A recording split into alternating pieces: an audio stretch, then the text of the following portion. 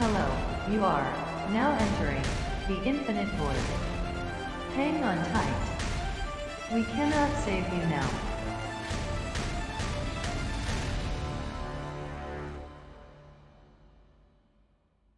Hello, welcome to this week's episode. I'm your co-host Matty.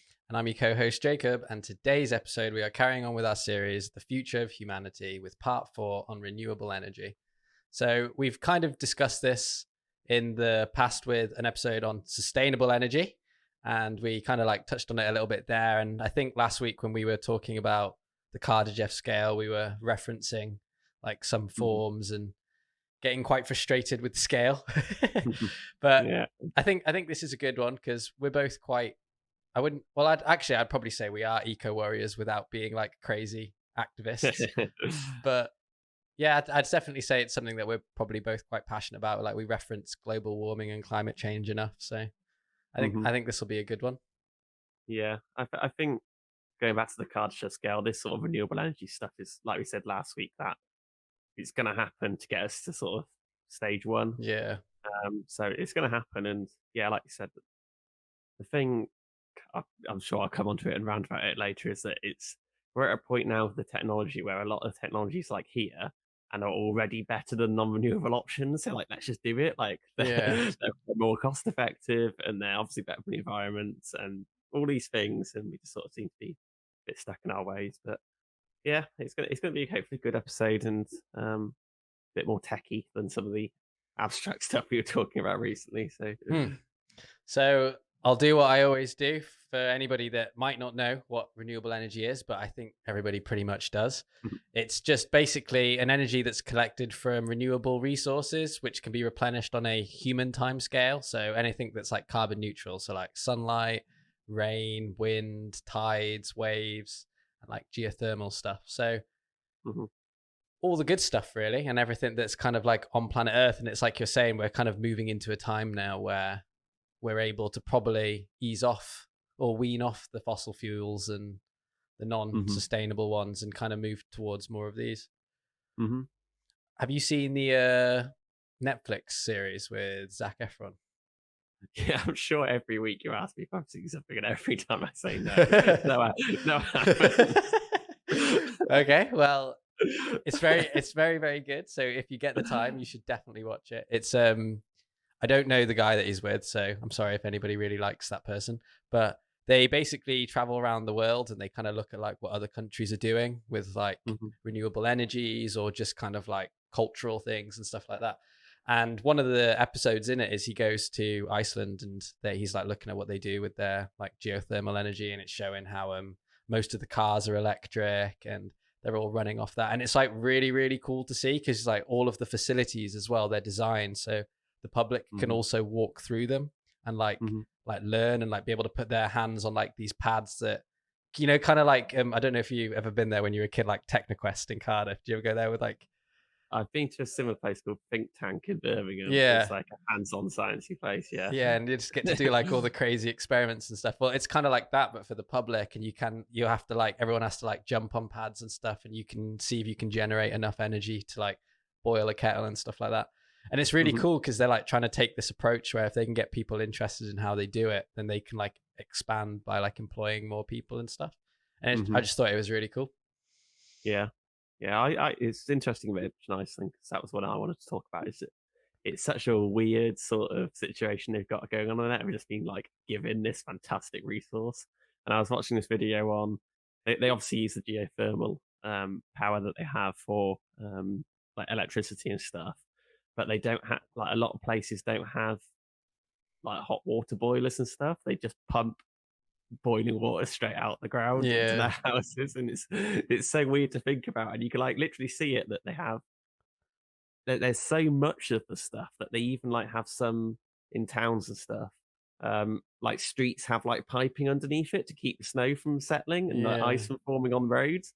They have like so much boiling water they could just literally just use it to keep the streets clean. It's insane. It's insane. I watched something as well, like I think it was Vice that were doing like something over there too, and like this one restaurant that was like by this like pool area was cooking the fish by like wrapping it in foil and putting it in the sand, and was just like leaving it there for like 25 minutes. And I was like, that's insane. Like, it's such like a fortunate thing for them to have. Do you know what I mean? Like, right place, right time.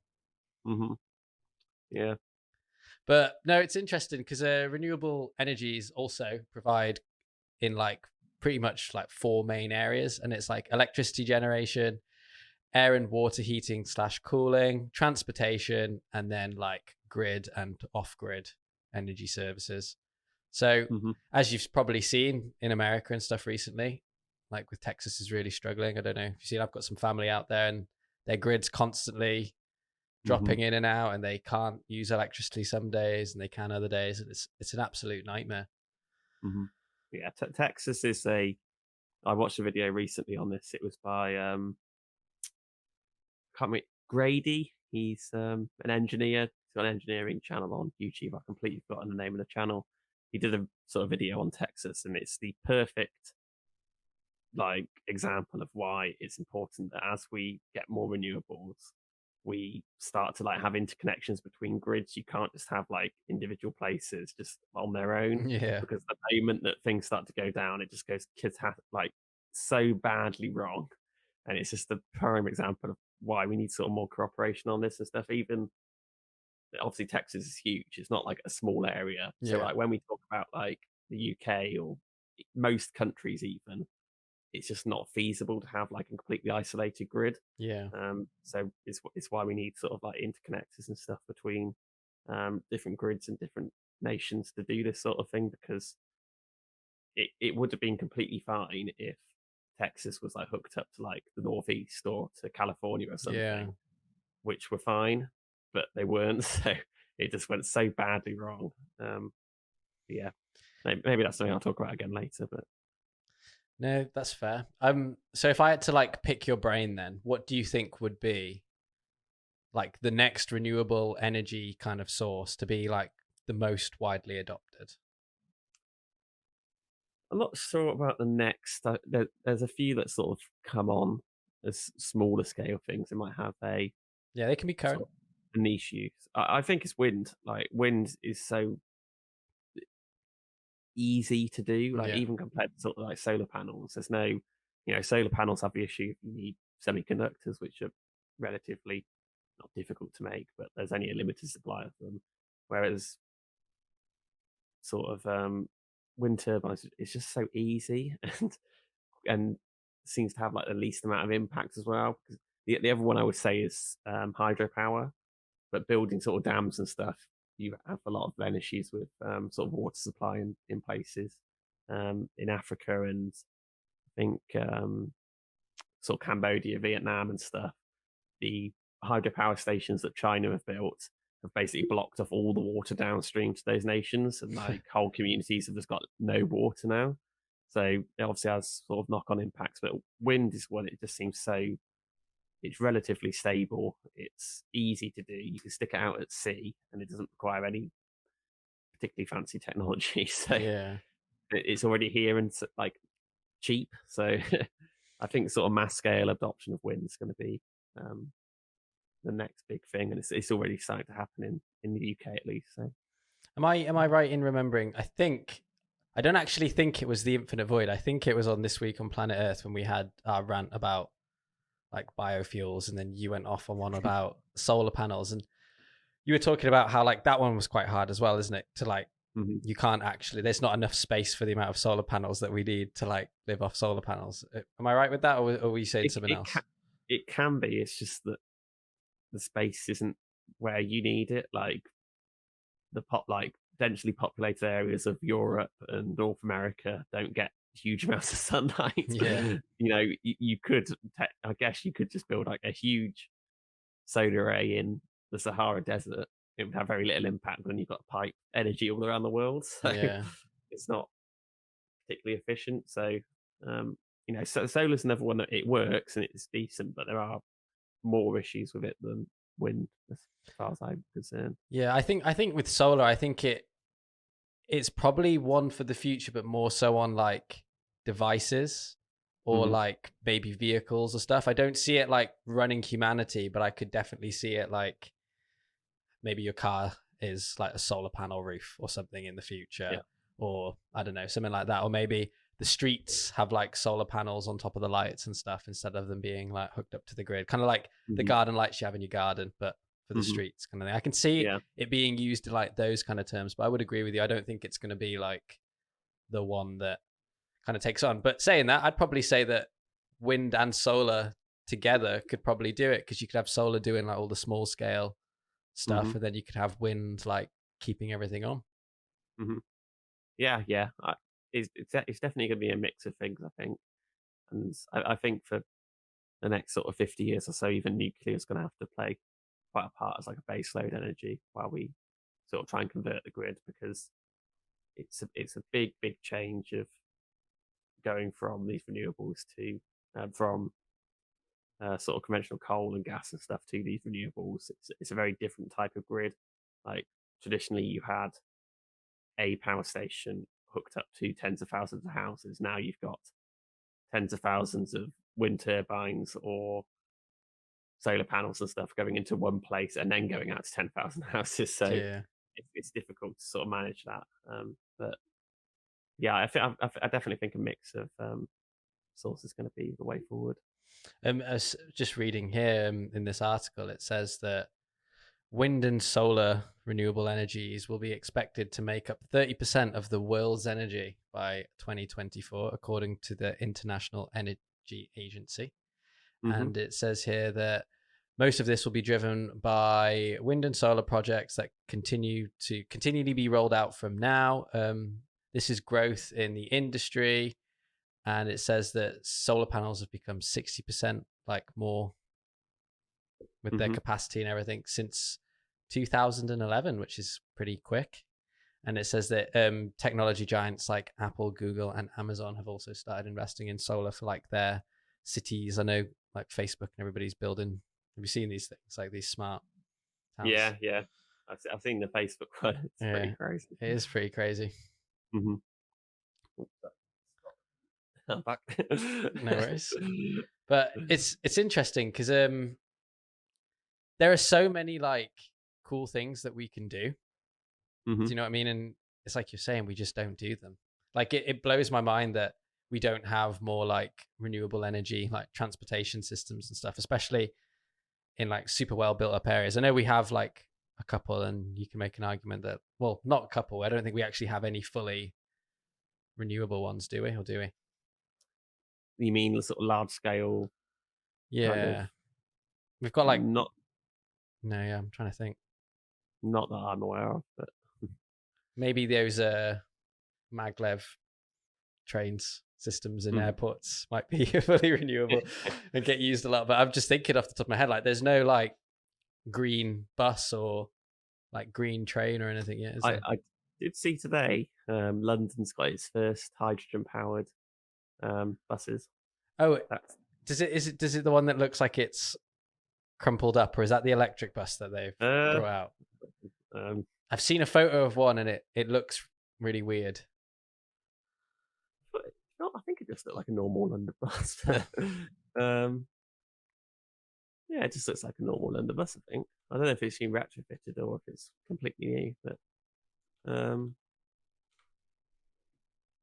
yeah. Fair enough. But anyway, yeah. Have you sort of done much research on hydrogen and stuff?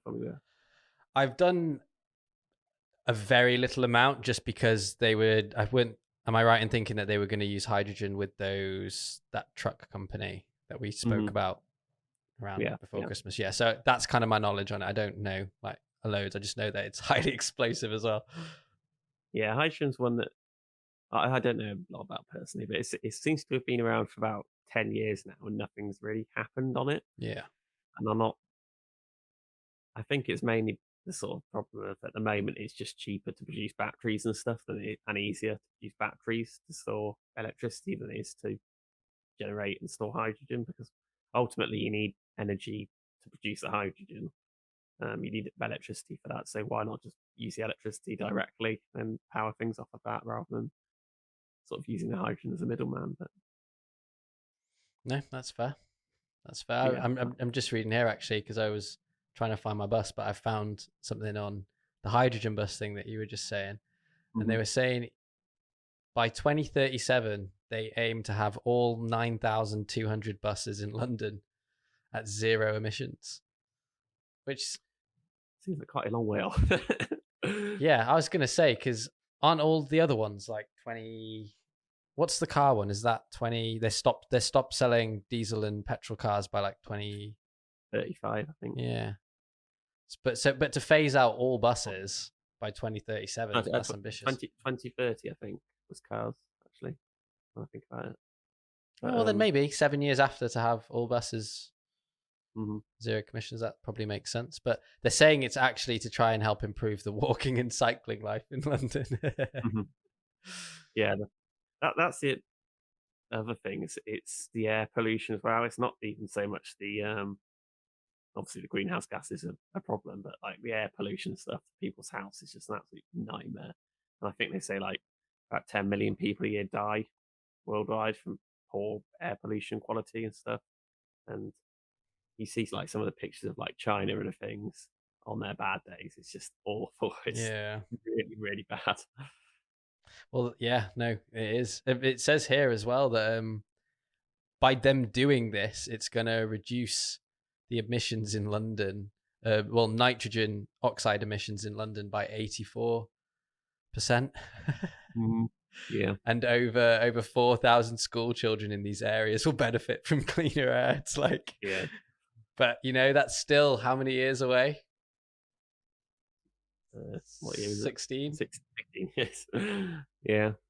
It doesn't feel fast enough. Like, it's obviously good, but 9,000 buses isn't an absolutely like huge number in the grand scale of things, is it? No. Like to take 16 years to do it it's a long, long time. Do you reckon it's just a money thing? Because I can imagine 9,000 buses probably costs quite a lot. But saying that, it wouldn't cost that much, and I guess in the grand scheme of things. But like, it's just sort of like joined up thinking like there must be, like, I know round by me there are buses that run on the streets round by me that must be 30 years old. Yeah. They must be. It's like, why not like move the London buses to like these areas? Because the London buses, even if they are petrol and diesel, will be more efficient and better than the ones that are 30 years old and running outside of London.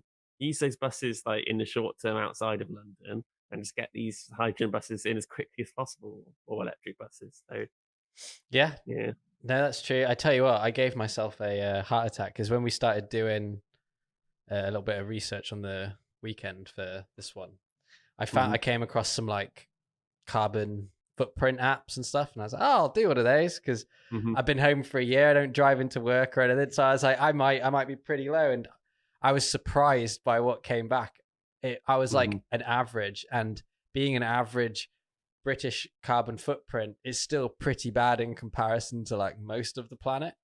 And it really surprised me because like I work from home, I'm like consciously making an effort and stuff, and I was still kind of like above what like the world average was. So it shocked me. I'm like reassessing quite a lot of things. Obviously, I can't do a lot about the technology with like recording podcasts and stuff, but as soon as I have money, I will have like eco stuff if I could afford it. It's just the problem is it's very hard to afford it.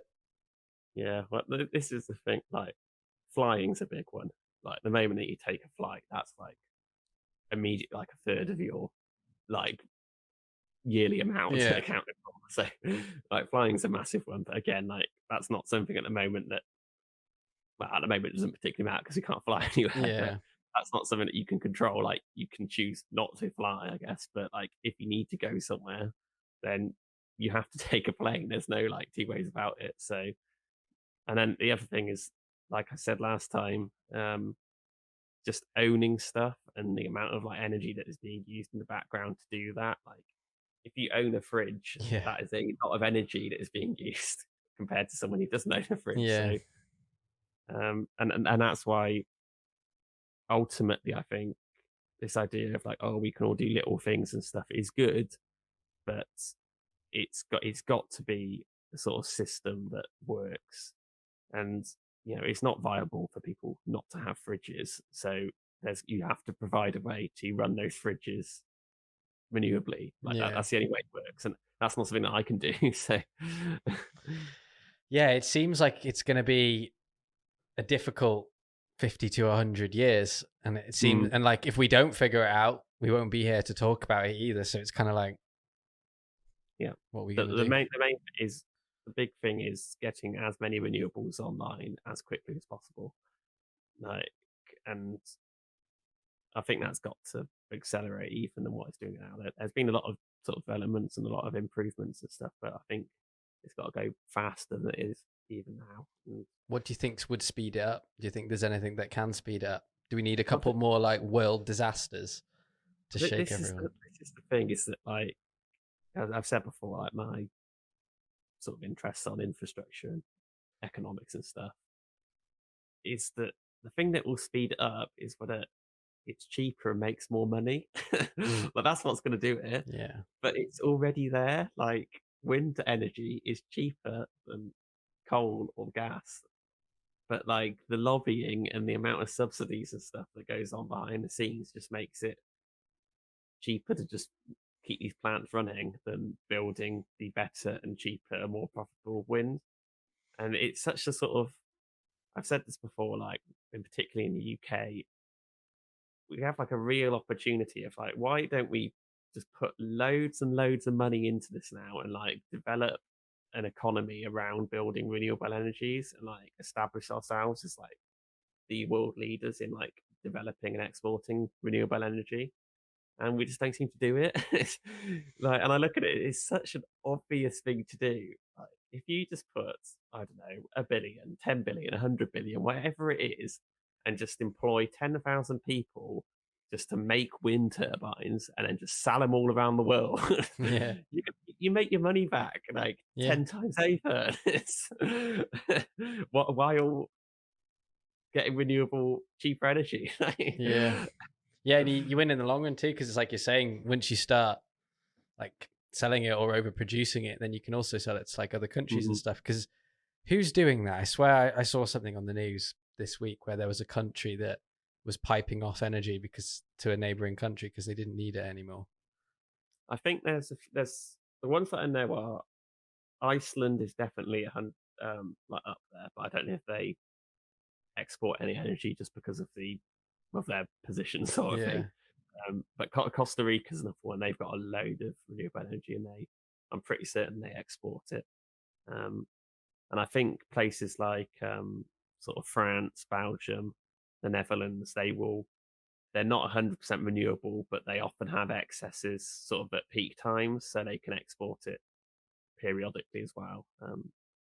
But they're not 100% renewable yet. So, but yeah, like, yeah, whether it's like exporting energy or exporting the technology, or even just like the expertise, like there must be. This is the thing. They're like developing countries and stuff.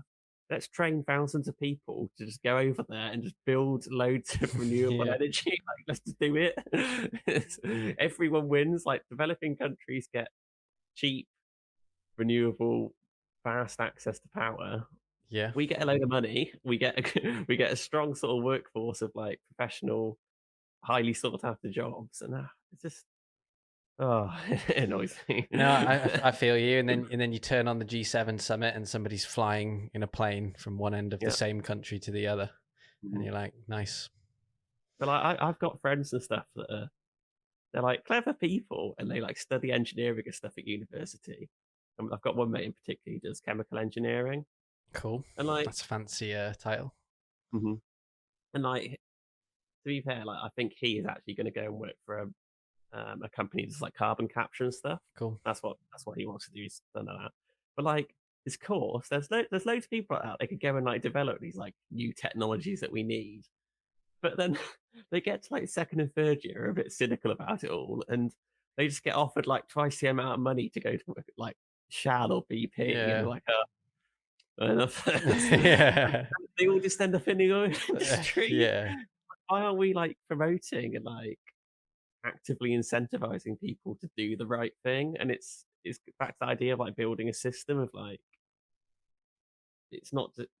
I don't think it's good enough just to expect people to do the right thing because they should want to. Like, the right thing should be the best thing for everyone to do. Like, Yeah, like move out of a mentality where it's like not about you. Yeah. It's just about making sure this place is okay for whoever's next and for whoever's Yeah. next and whoever's next kind of thing. Mhm. But that also kind of falls back to that idea that me and you were talking about before with like, is it called like the Great Sleep hypothesis or something, where it's kind of like Yeah. nothing tragic on like a crazy apocalyptic level has happened for like 150 years. Not like, we're not talking like world wars, we're talking like most of humanity almost being wiped out kind of thing. And because like nothing bad has happened for so long, everyone kind of just has the approach of like, when I look out my window, it's sunny, so it'll probably be all right tomorrow. And it's like, it will be all right tomorrow, because your like relative time scale for how long you're going to be here, it probably will be fine. But for everybody else after, it probably won't be. This has always been a problem why I think there needs to be there needs to be some sort of international body, a bit like the World Health Organization, that like does this sort of stuff, but for like renewable energy. Is that like national ignoring dictatorships and things? National governments only last like 5 years. Yeah. And like when you get elected, you either have the choice of spending your money to do things that are quick and get you elected in 5 years, or spending your money to do things that are long term that like no one associates with your government. Yeah. It's like, okay, I've got £1 billion. Either I can, give people tax breaks and hope they elect me again in 5 years' time, or I can invest it in like renewable energy or science or whatever, and no one will see the benefit for 20 years, but the benefit will be much, much greater than just people saving 1% on the tax bill. Yeah, maybe, Matty, now that you're saying it, maybe we just need to wait until all of the day traders and crypto millennials get into government and positions of power, because they'll all be about holding. Long term. Yeah, they'll all be about like, what could they make back in 10 years instead of 5? So maybe we just need to wait a little bit. But it's interesting you say that, because I saw a really, really funny tweet and it made me laugh, because I was like, I'm going to bring that up on the podcast because I 100% support this motion. And somebody was basically saying we should move away from naming storms and stuff like after like human names, and we should just name them after oil companies. Like, yeah, I saw that. Like heat storms and hurricanes, we should just name them after oil companies or any like non-renewable energy. And I was like, that's a great idea. Because if we associate like the Californian fires with an oil company, you can guarantee that year no one's going to go to that oil company. Yeah. You could just phase it out. You could just get. It's like, so what they say in God, we're sounding like activists this episode. It's kind of like the Bugs film where it's like, once you realize that you're the many and not the few. But yeah, totally, because it's such a big task. It's like for the world to like we were saying with the Kardashev scale, like it's such a big task for us to get to type 1. Like I know we're at like 0.7 and people are, oh yeah, we'll just get there in 100 years, but like it's so hard to get there. Like we've got to change so much, but like it's totally doable if everybody on the micro scale just does their part. Like we can totally do it. Do you know what I mean? Like if people just recycle and are like conscious of how much energy they're using and maybe just get taught about it better kind of thing, then I have hope, because that's kind of all we need. Because like once I feel like people start doing it, and then it's just not okay to have that car, even if the law is going to be in 2030. But I think they're just stopping this, like the making of them, aren't they? You can still like buy them secondhand and stuff, can't you? Yeah, but they won't be able to buy new. Yeah, but I'm hoping like that mentality changes. Like people won't. I know you're always going to get people that are like, you can't beat the sound of a diesel car or a petrol car. Like that's fine. It's like antiques, and like I'm not about like wiping everything out. Like we can enjoy certain things, but like the majority needs to change. And if you're going to do that, offset your carbon somewhere else. You know what I mean? Obviously, that isn't okay for like everybody to do. Like everyone just be reckless as long as you offset your carbon. But like, yeah, it's a weird one, because like even like offsetting is a weird thing, isn't it? Because it's like when you see like rich people doing it. Because I was reading like what apparently Elon Musk like offsets and stuff, and it just interested me, because I was like, yeah, that's cool. Like at least you're trying, and that's commendable. Like you can't go after anybody that's trying, I guess. Hmm. So, but Yeah, the offsetting one, I think, is a bit of a cop out, to be honest. Like it's not practical on a large scale for everyone yeah, just to offset. yeah. You said that with the entire Earth covered in trees. yeah. yeah, but maybe when we get to like type 3 and we can go to any planet and we just start offsetting trees and like just bringing all the energy back to planet Earth. But no, I'd agree with you. You can't do it if everybody wants to offset, but maybe it's okay whilst you have a few people that need to offset, because I don't know. Hmm. I think it's okay actually for like, I'd rather companies offset their carbon than do nothing. Hmm. But Yeah, I agree with you. It doesn't work on massive scales. hmm. Just scrolling through this to see what else I had down. Oh yeah, so I had this as well. So I have never heard of this. I was going to mention it to you.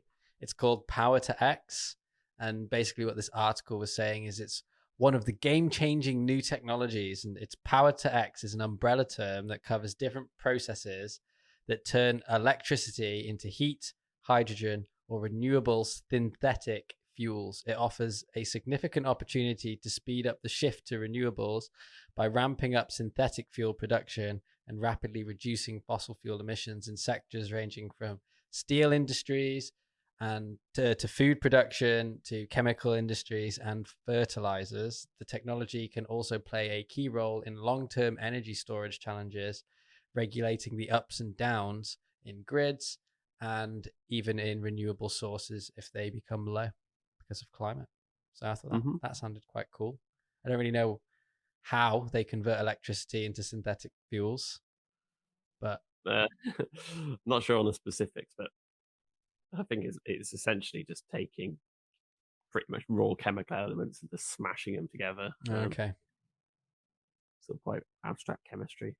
In the same way that you can like produce hydrogen and stuff from electrolysis, those sorts of things. Okay. Yeah, but yeah, the synthetic fuels one is,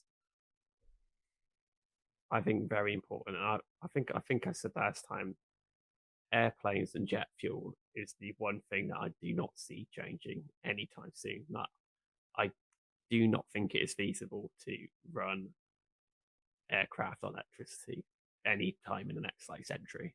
I just do not see it. So I think sort of creating synthetic fuels or looking at hydrogen fuel planes is probably where we're going to have to go with that, because ultimately they're going to need power in some way. No, that's fair. I wanted to pick your brain actually, because I don't know much about these, so I'm hoping you do.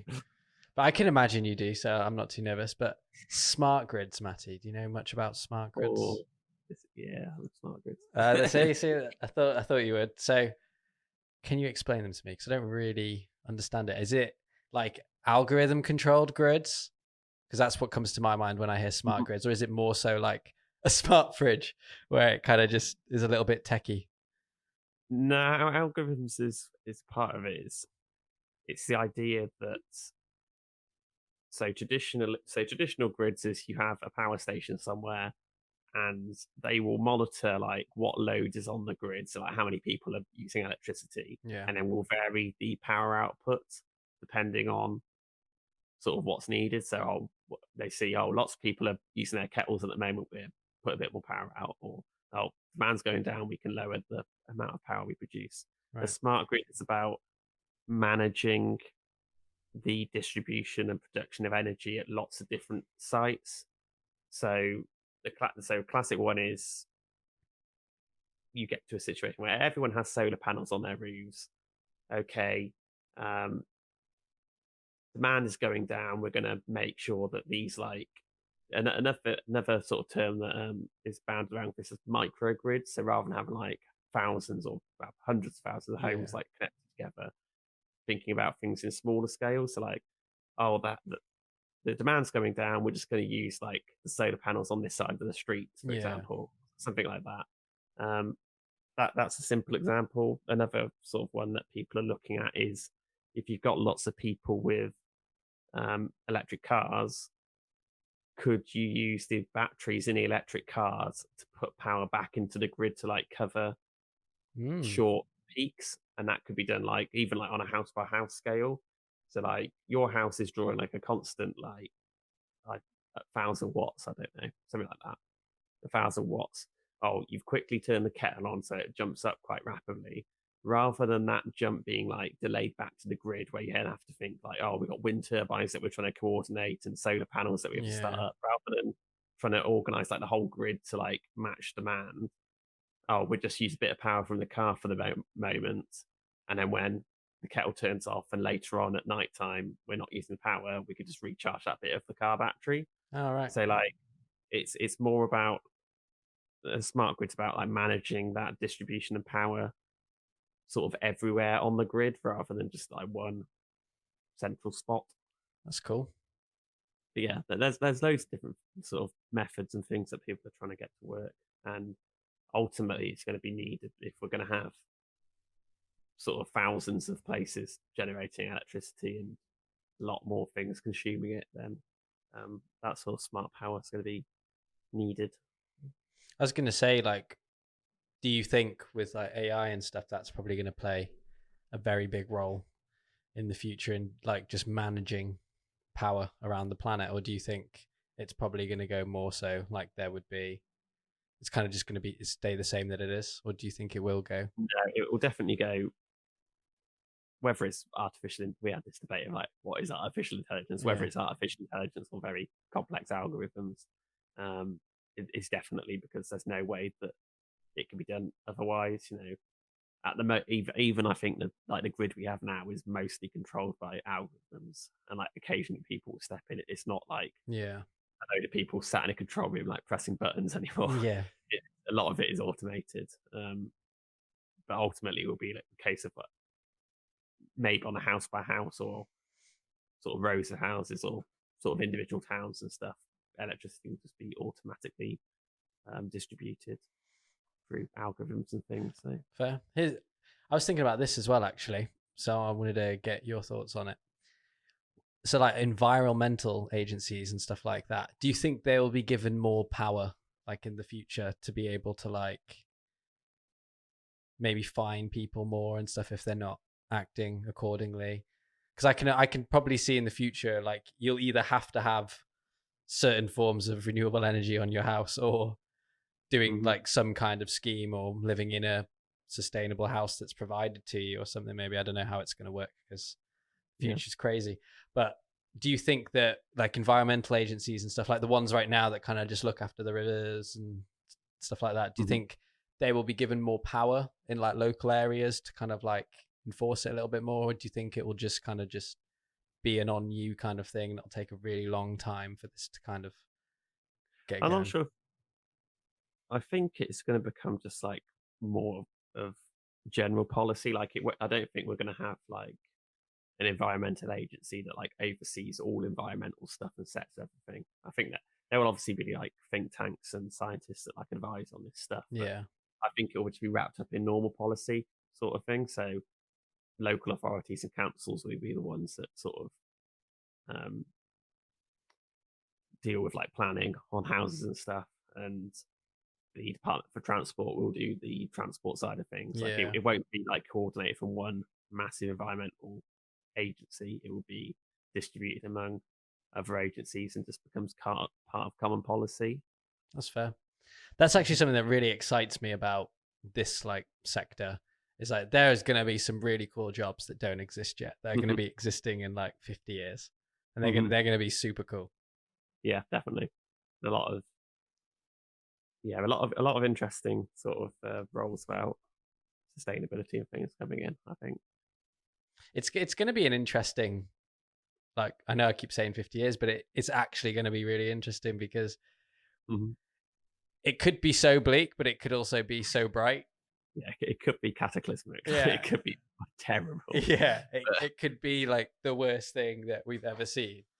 But we also might get our act together. And I honestly don't know how to be. It's kind of like, I think I sent you the meme actually in like our little private chat where it's like the metronome, and on one side it was like me thinking that humans have got this, and then me thinking that we're totally screwed and just like clicking back and forth all day.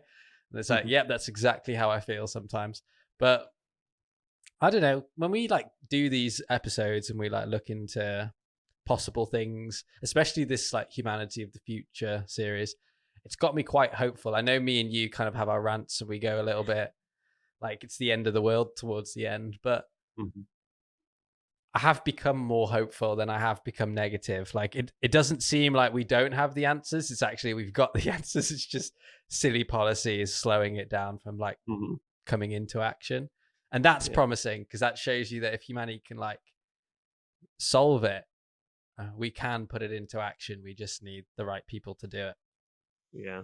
I think that's what to me is most infuriating about it, though, is that the answers are there. Yeah. And like we're not doing the right thing because of the sort of needs and greed of just like a small number of people. Yeah.